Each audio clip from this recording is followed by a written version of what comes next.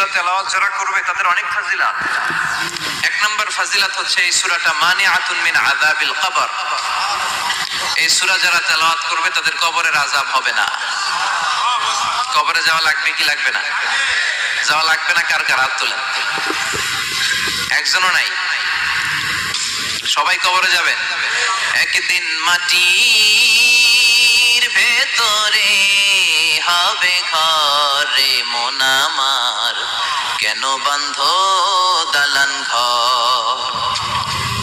প্রাণ পাখি উড়ে যাবে পিঞ্জর ছেড়ে, ধরা ধামে সবই রবে তুমি যাবে চলে। বন্ধু বান্ধব যত মাতা পিতা দ্বারা সুত সবই হবে তোমার পরে মন আমার, কেন বান্ধ দালান ঘর? একদিন মাটির ভেতরে হবে ঘরে মন আমার, কেন বান্ধ দালান ঘর? চিল্লায় বলেন ঠিক কিনা?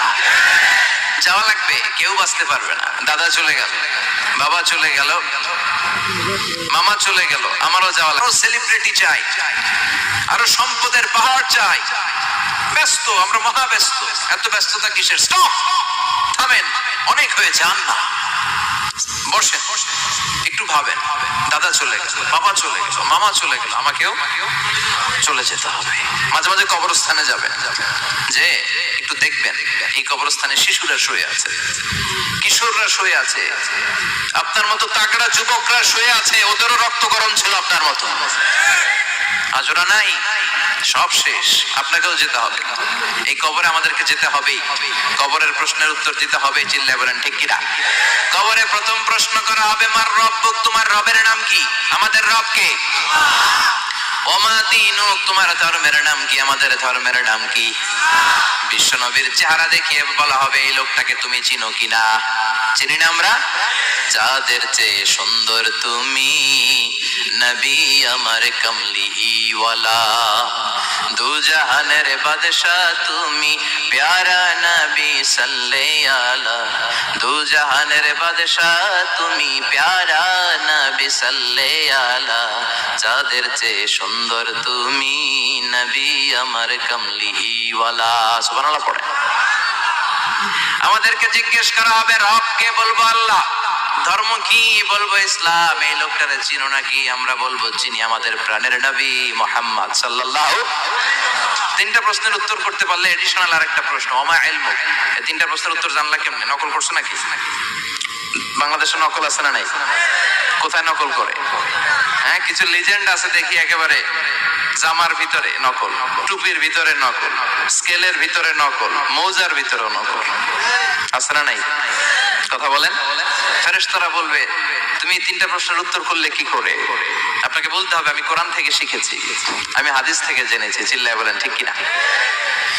তখন ফেরেশতারা বলবে আহলান ওয়া সাহলান, মারহাবান, কংগ্রাচুলেশন, তুমি উত্তর করতে পেরেছো। ইফসাহু লাহু কবরুহু 70 যিরান, আপনার কবরটারে 70 হাত লম্বা বানিয়ে দেয়া হবে। ইফতাহু লাহু বাবুন ইলাল জান্নাহ, জান্নাতের দিকে দরজা করে দেয়া হবে।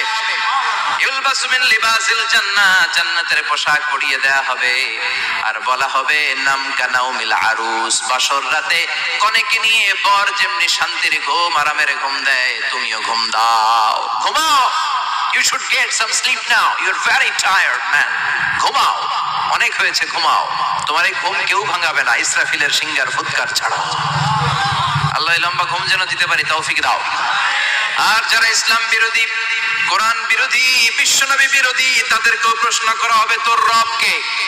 মার রব্বুক, সে বলবে লা আদরি, আমি কিছু জানি না। আমি মাফ চাই, দোয়াও চাই।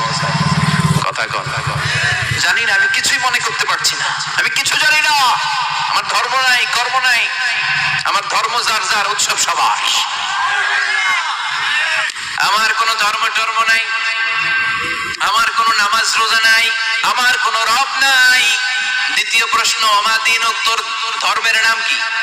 সে বলবে ধর্ম কি আমি জানি না, আমি ধর্মরে গালি দিতাম, আমি দুনিয়া ইসলাম রে বাস দিতাম, আমি আলেম ওলামাদের বিরোধিতা করতাম, আর শাহবাগের মঞ্চে উঠে ভাষণ দিতাম। আছে না নাই? সব গোমর ফাঁস হয়ে যাবে। ইয়াউমুত তাকাবুন। এরপর বিশ্বনবীর চেহারা দেখিয়ে বলা হবে এই লোকটারা চিনো নাকি? সে বলবে চিনি না, তবে আমার বন্ধুরা তার বিরুদ্ধে ব্লগে লিখতো, আমিও ব্যাড ব্যাড কমেন্টস করে দিতাম, এই লোকটার বিরুদ্ধে আমি কার্টুন বানাতাম, এই বিশ্বনবীর বিরুদ্ধে আমি কথা বলতাম। চিল্লায় বলেন ঠিক কিনা? ফেরেশতারা বলবে লা দারাইতা ওয়ালা তালাইতা, তুই কিছুই পারলি না, তুই তো কপাল পোড়া। ফায়ুতরাকু বিমাতারিকা মিন হাদিদ, লোহার হাতুড়ি দিয়ে পিটিয়ে ওর মাসলগুলো থেতলে ফেলা হবে। ওয়ায়ুকালু লিল আরদি ইলতাইমি, কবরের দুই পাশের মাটির বলা হবে চাপ দে, এমন চাপ দিবে ফাতাখতালিফা আদলাউহু, ডান পাশের পাজরের হাড্ডি বাম দিকে ঢুকে যাবে, বাম পাশের পাজরের হাড্ডি ডান পাশে ঢুকে যাবে। কিয়ামত পর্যন্ত এই মারামারি চলবে। আল্লাহ এরকম ভয়ঙ্কর পরিস্থিতি থেকে আমাদেরকে বাঁচাও। ওই কবরের আযাব থেকে বাঁচার দরকার আছে না নাই? বিশ্বনবী বললেন যে ব্যক্তি রাত্রিবেলায় সূরাতুল মুলক তেলাওয়াত করবে তার কবরের আযাব হবে না। ইন্না হাযিহি সূরাতুন আযীমা মানিআতুন মিন আযাবিল কবর। এই সূরাটা এমন সূরা, সাধারণ কোন সূরা না। এই সূরাতুল মুলক যে রাত্রিবেলায় তেলাওয়াত করবে তার কবরের আযাব থেকে তারে বাঁচিয়ে দিবে কে? নাম্বার 1 ফাজিলাত স্ট্যাটাস, মনে থাকবে তো? 2 নাম্বার স্ট্যাটাস শাফাআত লি সাহিবিহা। এই সূরাটা এই সূরার তেলাওয়াতকারীর জন্য কিয়ামতের দিন সুপারিশ করবে। কোরআন সুপারিশ করবে, চারটেখানি কথা না। কোরআন যদি আপনার বিরুদ্ধে দাঁড়ায় আপনার জান্নাত ক্যান্সেল, আর কোরআন যদি আপনার ব্যাপারে আল্লাহর কাছে রেকমেন্ডেশন করে জান্নাত আপনার জন্য ওয়াজিব করে দিবে কে? এজন্য বিশ্বনবী বললেন শাফাআত লি সাহিবিহা, কিয়ামতের দিন তেলাওয়াতকারীর জন্য আল্লাহর কাছে সুপারিশ করবে। 2টা গেল। 3 নাম্বার বিশ্বনবী বললেন খাসামাত আন সাহিবিহা। এই সূরাটা কিয়ামতের দিন এই সূরার তেলাওয়াতকারীর পক্ষ নিয়ে আল্লাহর সাথে ঝগড়া করা শুরু করে দিবে, আল্লাহর সাথে ডিবেট করবে, ঝগড়া করবে, যতক্ষণ না হাত্তা আদখালাহুল্লাহুল জান্নাহ। হাদিসের টেক্সট হচ্ছে যতক্ষণ না আল্লাহ তাআলা তাকে জান্নাতে না ঢুকায় ততক্ষণ ওই সূরার তেলাওয়াতকারীর পক্ষ নিয়ে আল্লাহর সাথে বিতর্ক, ঝগড়া, তর্ক চলতেই থাকবে। সুবহানাল্লাহ। আরো আস্তে বলেন। আবার বিশ্বনবী বললেন মান ক্বারা বিহা ফি লাইলাতিন ফাকাদ আকসারা ওয়া আতওয়াবা। রাত্রিবেলায় এই সূরাটা যে তেলাওয়াত করবে পুরো রাত্রিটারে বরকতময় করে দিবে কে?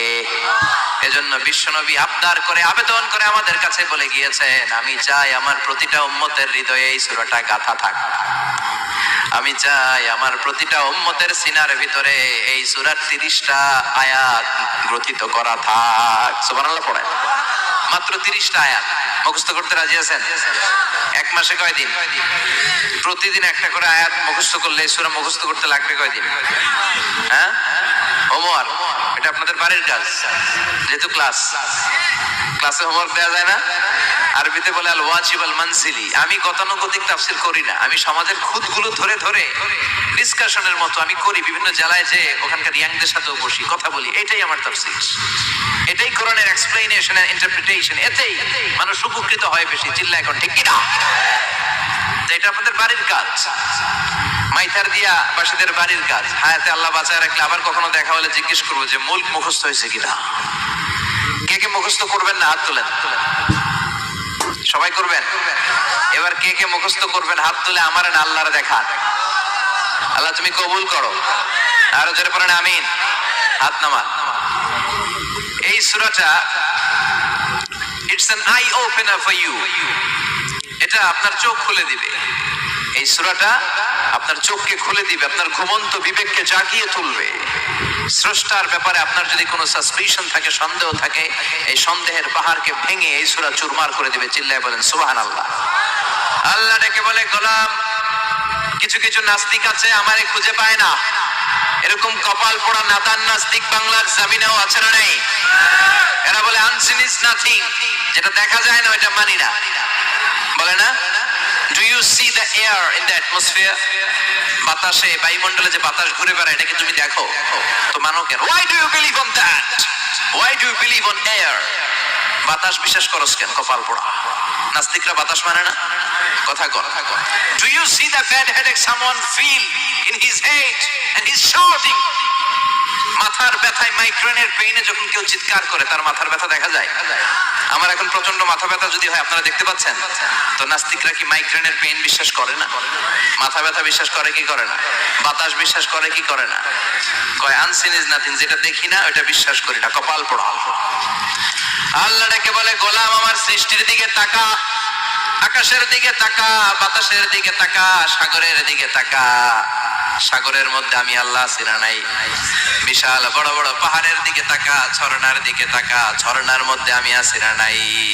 ঝর্ণা ঝর্ণা ঝর্ণা রে, বলনা বলনা বলনা রে, কার বিরহে পাগল পাড়া তুই, কার মিলনে ফুল ফসলে ভরা রে তোর দুকুল বই, কার মিলনে, কার মিলনে ফুল ফসলে ভরা রে তোর দুকুল বই। ঝর্ণা ঝর্ণা ঝর্ণা রে, বলনা বলনা বলনা রে, কার বিরহে পাগল পাড়া তুই। সুবহানাল্লাহ পড়েন।